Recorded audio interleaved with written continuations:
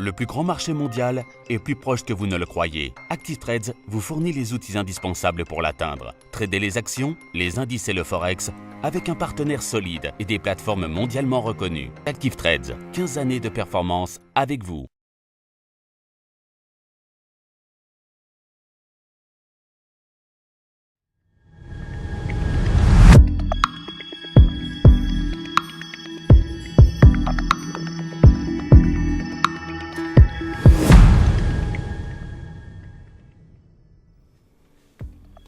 Bonjour à tous et bienvenue sur boursicoté.com pour cette nouvelle analyse technique en point matinal du CAC 40. Et donc suite à la cassure ici du support oblique qui avait été défini, eh bien nous pouvons constater que la baisse est pour l'instant en train d'être confirmée puisque malgré un rebond technique, eh bien on reste sous la zone des 5255 points qui avait été précédemment franchi à la hausse. Qui plus est, depuis ici cette phase de baisse, on est venu au contact sur la bande de Bollinger inférieure et les cours rebondissent actuellement sur un contact ici sur la moyenne mobile 20 exponentielle, mais on sent bien ici que les cours sont en train de se stabiliser.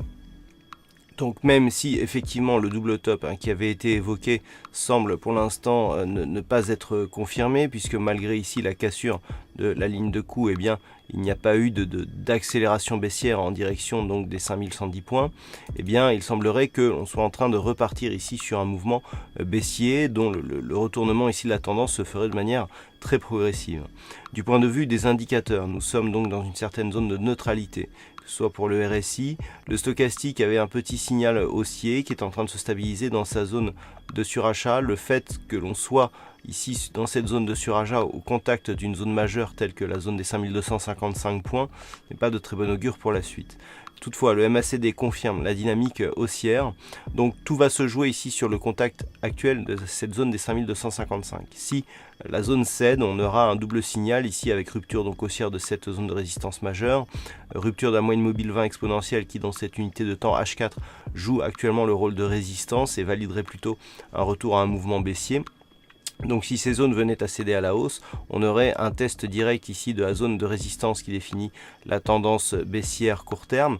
Le fait d'avoir ici des contacts qui s'accélèrent avec cette résistance irait plutôt dans le sens d'une rupture haussière qui libérerait un petit peu d'énergie ici pour marquer un signal de retournement.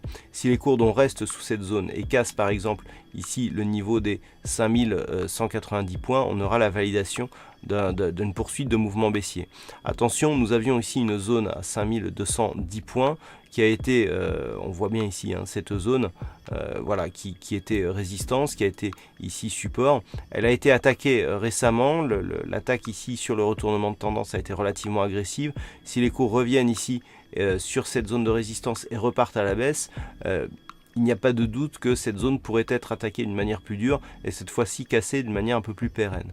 Auquel cas l'objectif serait un retour ici sur la zone des 5120 points, zone ici à partir de laquelle s'était développé un double bottom, donc dont l'objectif a été réalisé.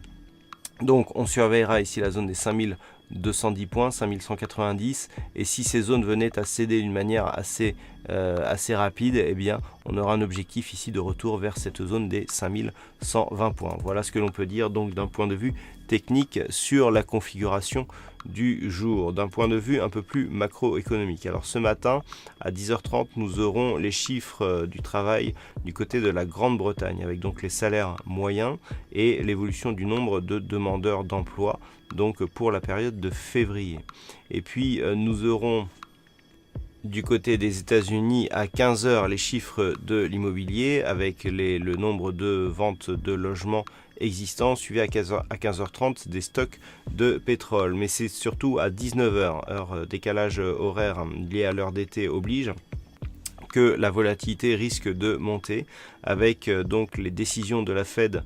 La décision de la Fed sur l'évolution de ces taux d'intérêt, vous savez qu'on est toujours en attente d'avoir le nombre de relèves de taux qui sont prévus pour l'année 2018, avec donc le communiqué du FOMC qui terminera donc ces réunions.